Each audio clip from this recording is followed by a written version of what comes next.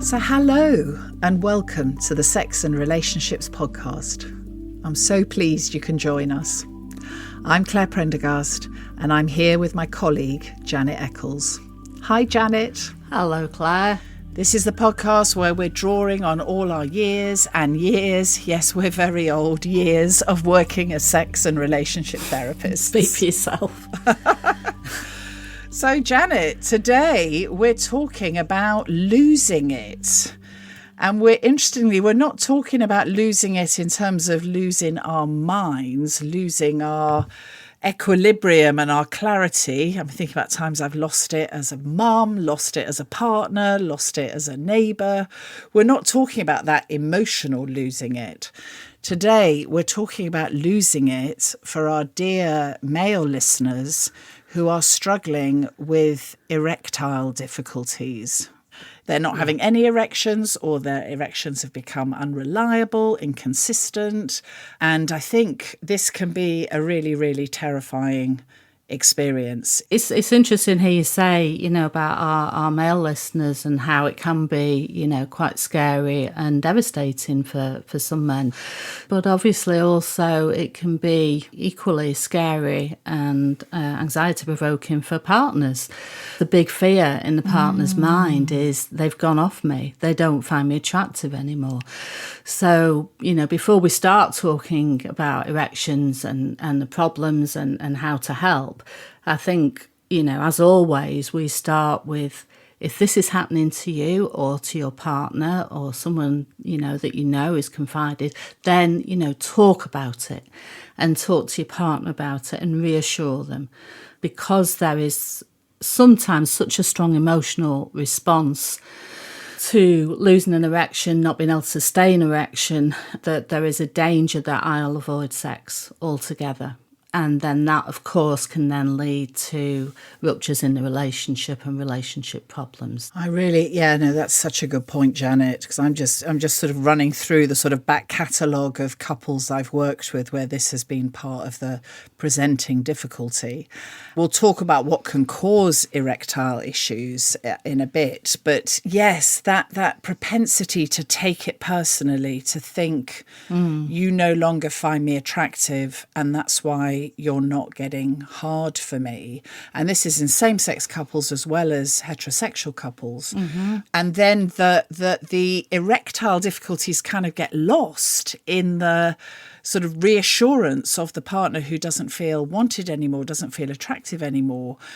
Do you know, it's like taking that responsibility away from the partner, just helping the partner see, not only are you not the problem, you also can play a considerable role in being the solution. And once the partners kind of recognises their power in this situation, having felt powerless since it started happening, things can really change.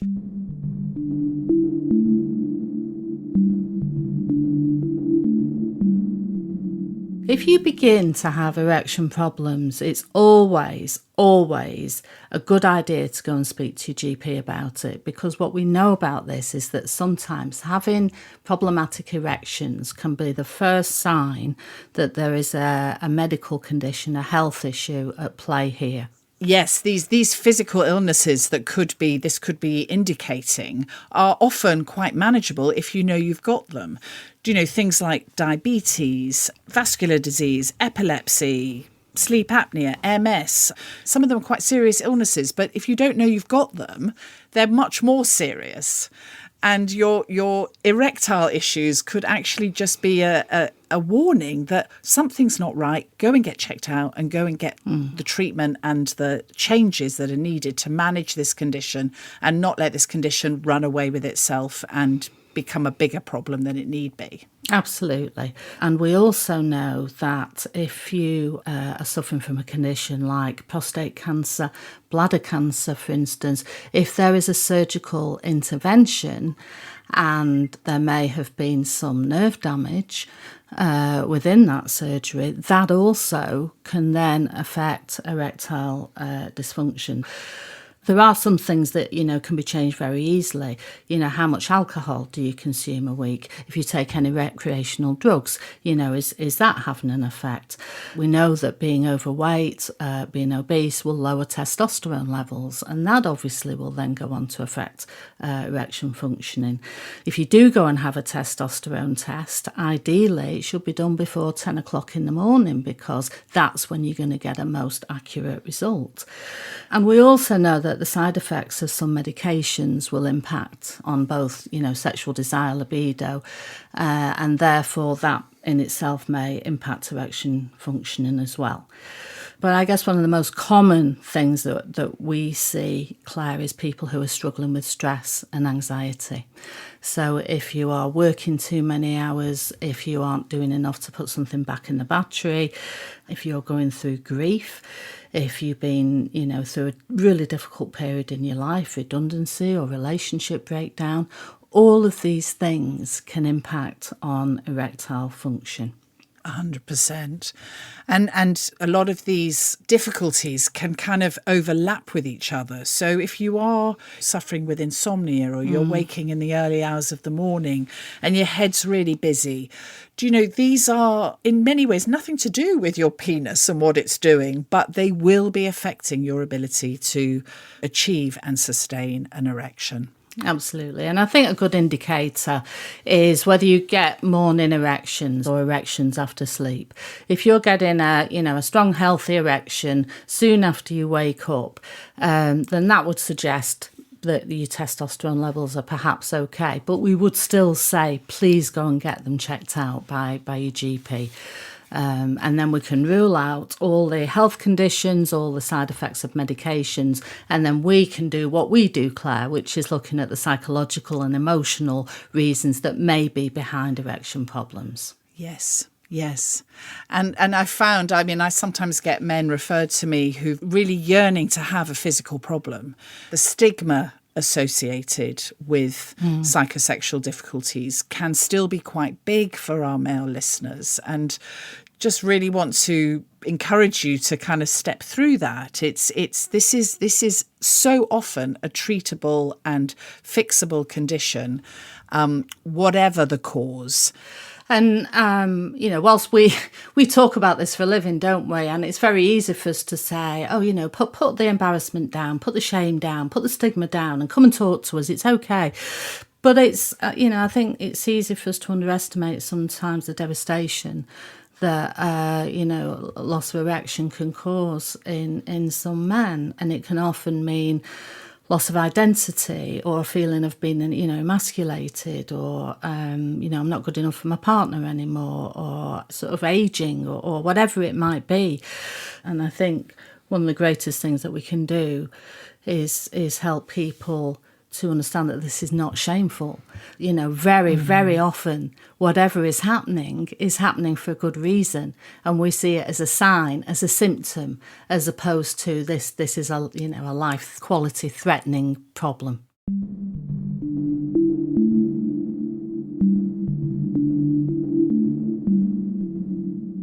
So you're finding your erections are unreliable, untrustworthy, and you've been checked out. It isn't a sign of something else going on in your body. You want to find a way to move forward with this, and there are lots and lots of things you can do. So obviously the number one thing that people will reach for often is the Viagra type drugs that are, they're off licence now, they're sold in pharmacies, and they're very easy to get hold of. You can also obviously get them on prescription from your GP. And I'm going to come back to this point. Before you take any drugs like Viagra, Cialis, Levitra is another one, before you take anything like that, please have a conversation with your doctor and just check that it's safe and okay to do so. There are just one or two conditions where it isn't. On the whole, they're very safe drugs, very effective drugs. But if you have a blood condition, speak to your GP. If you're on any medication where there are nitrates in that medication, then I think the advice is that don't use one of the Viagra type drugs along with that. So whilst we know that they're available very easily over the counter, please just check out with your GP that it's safe safe for you to use them.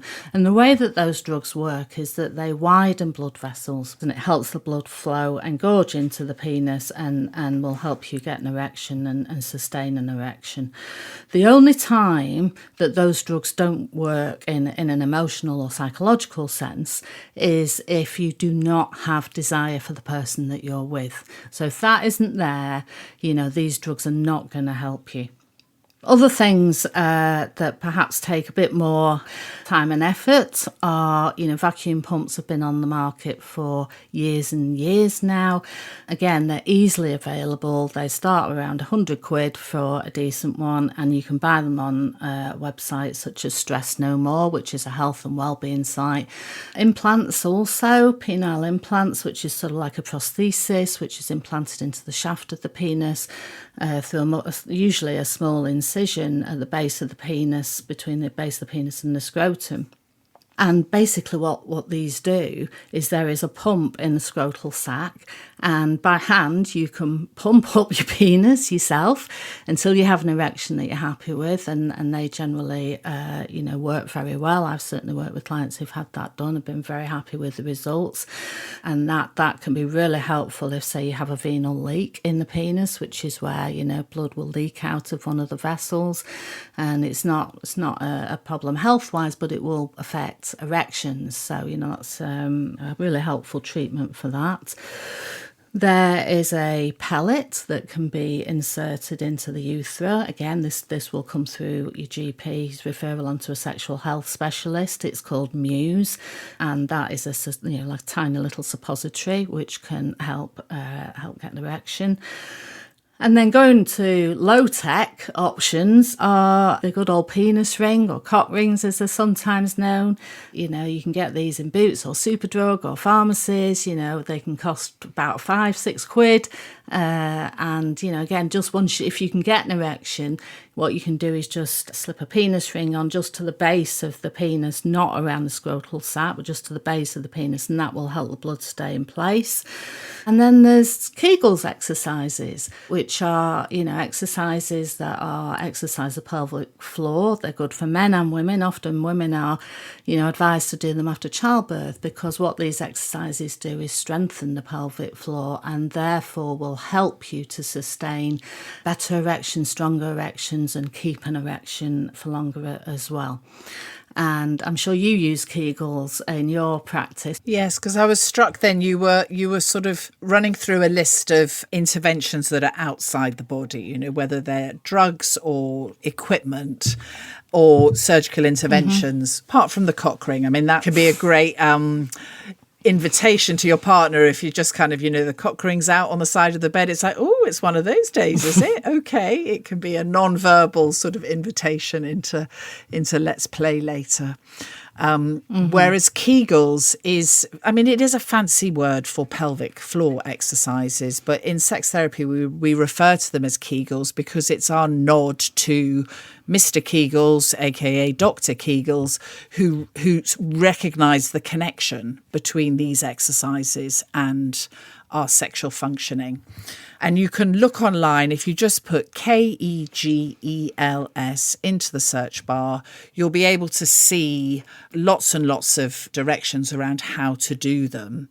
Sometimes I advise men to stand in front of a full-length mirror, naked, and just to suck up the muscles in the pelvic floor, and they'll see their penis rise and drop. Now, this isn't an erect penis. I'm not talking about a penis standing to attention for an erection. I'm literally just talking about it sort of resisting gravity and going back down to gravity.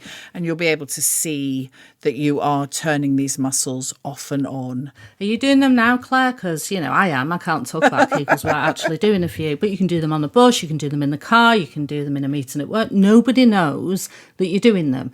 And if you do sort of banks of 10 or 20 of those a few times a day, then you will have a, very strong pelvic floor.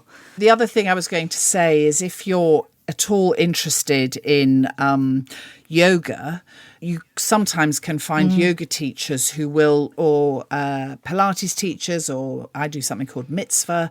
Quite a lot of those teachers are quite hot on strengthening the core, strengthening the pelvis. They're just easily forgotten, easily done, make a huge difference. And I think also in terms of things you can do yourself, we know that being overweight and obese can lower testosterone levels. And if your testosterone levels are below normal or on the low side of normal, that may affect, erection strength and frequency. So if you are tad overweight or, you're able to lose weight, then by losing weight and getting yourself back in a healthy weight range will help increase testosterone levels, which will therefore help your erections.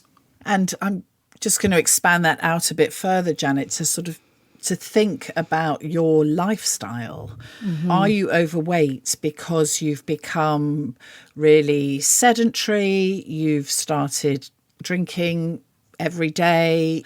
Your lifestyle has become really unhealthy and it's kind of crept up on you. It wasn't like you just decided, I'm going to just eat lots of sugar and drink lots of beer. It just crept up on you. And now we're saying this and you're possibly going, oh yeah, look at my middle. I've put on X kilograms.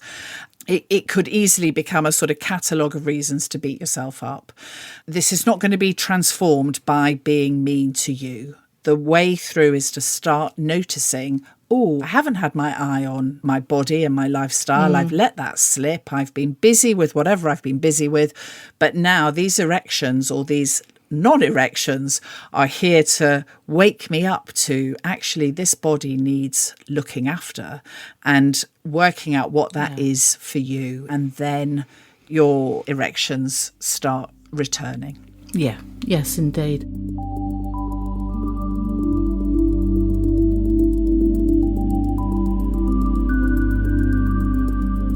I think it's worth just noting, I think we're going to do a whole podcast on use and overuse or misuse of watching porn. So if you have developed, a frequent habit of opening a laptop, looking at some strong sexual images, you get turned on very quickly.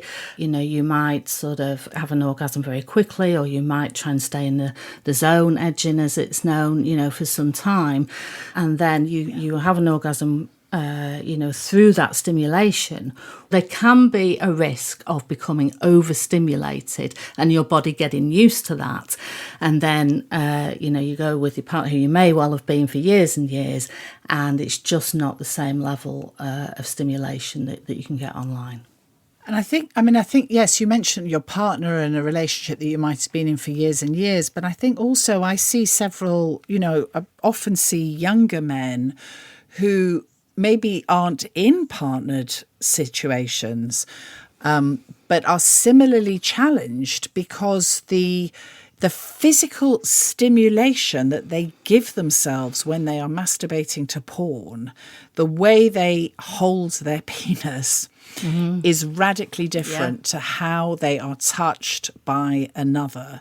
And even if they are able to get hard enough to sort of move towards intercourse, it just isn't stimulating enough because they've got used to this solo activity with what some people refer to as a death grip. And it just isn't like that when you're partnered. Yeah, and that's very common. The death grip is a phrase that I use a lot because obviously sometimes those masturbatory techniques have been honed when, he was sort of 12, 13, 14 years old. And, it may have been done by, masturbating against the bed or in a sock or like you say, using a very, very tight grip, which is very, very different to vaginal or anal penetrative, feeling. And therefore sort of train themselves to be stimulated to have an erection and to reach orgasm by something that another person just can't replicate. So then it's about sort of reconditioning the body, isn't it, and responses and trying to change how the body becomes aroused and excited and stimulated.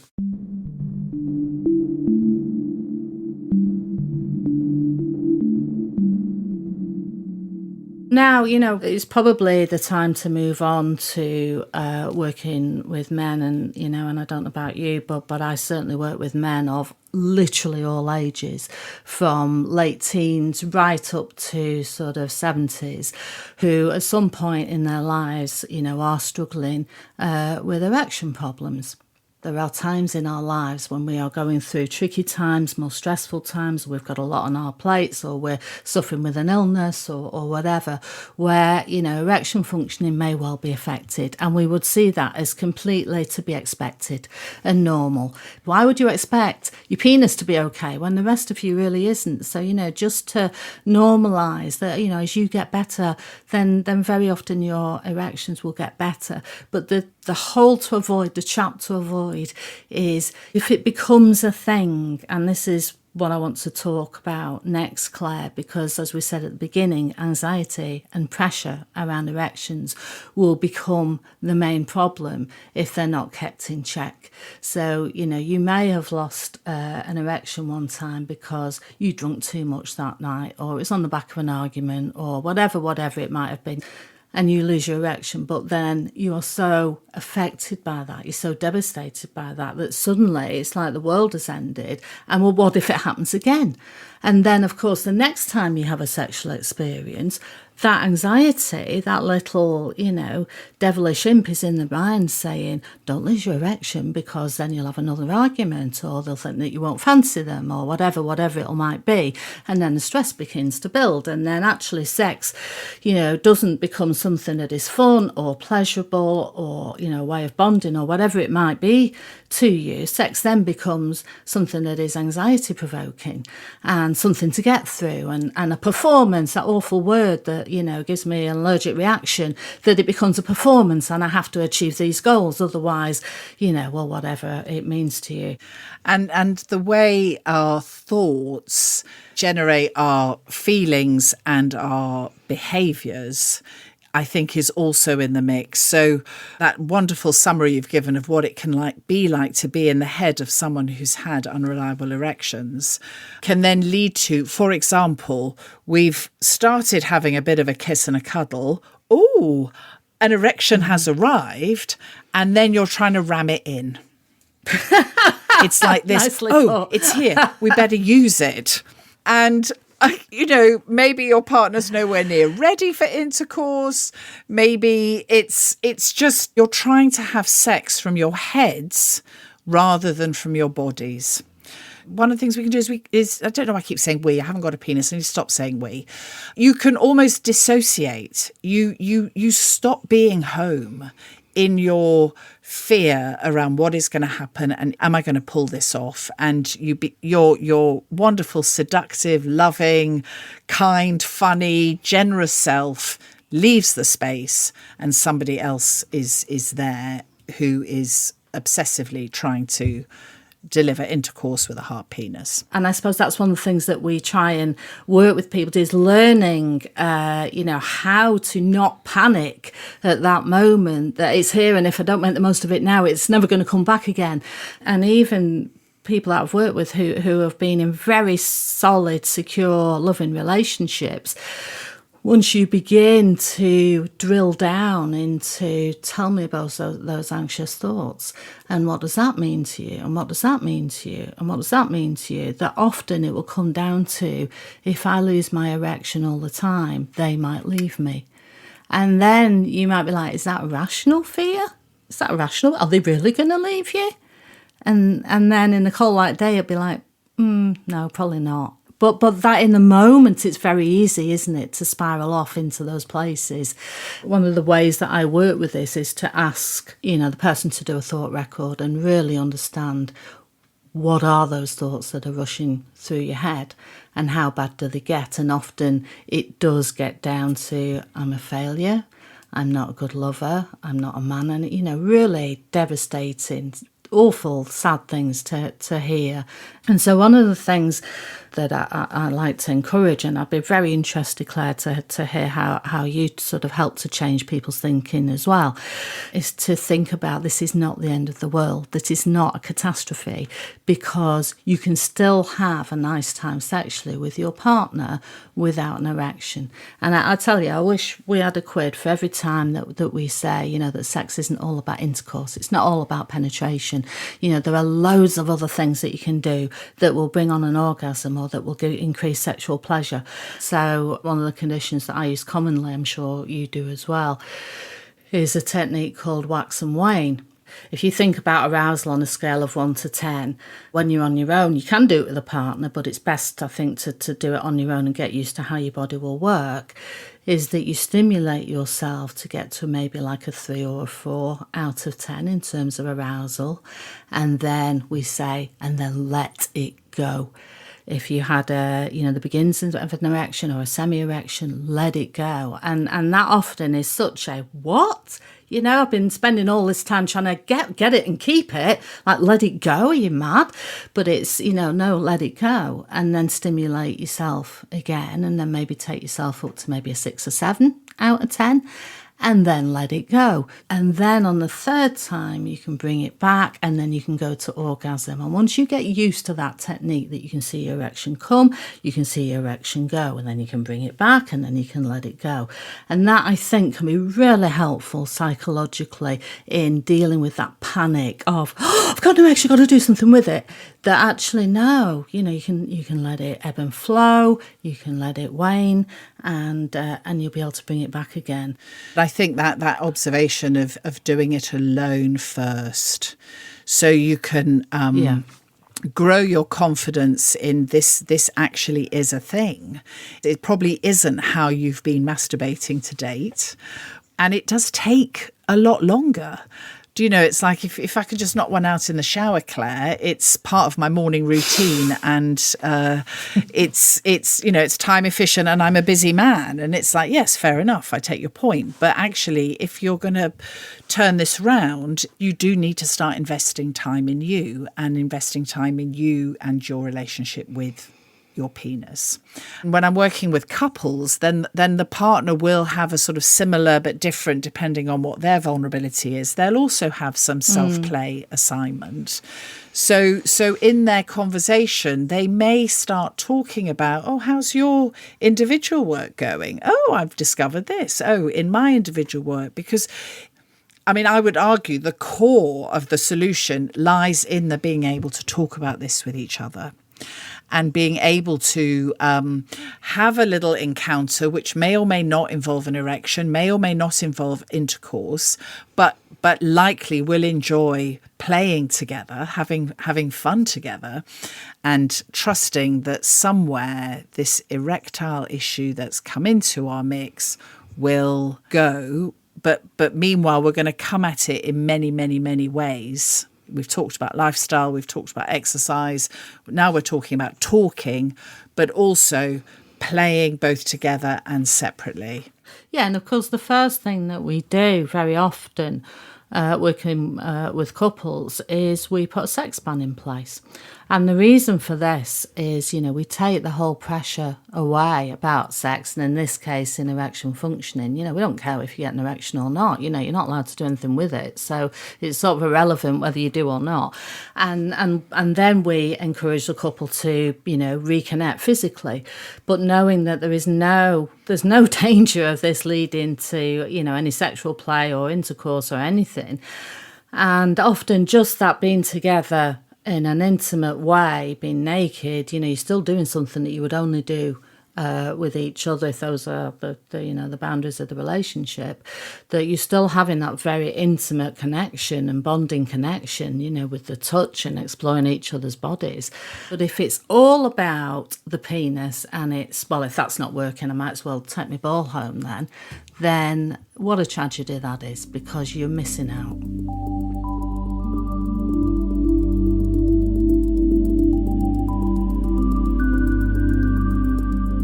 So I suppose I do think it's worth just taking a moment just to talk about relationship distress. that you may be experiencing relationship distress. Do you know that there's things going on that are nothing to do with your sex life, but are causing distress in the partnership? And this could also be a factor in your penis not playing.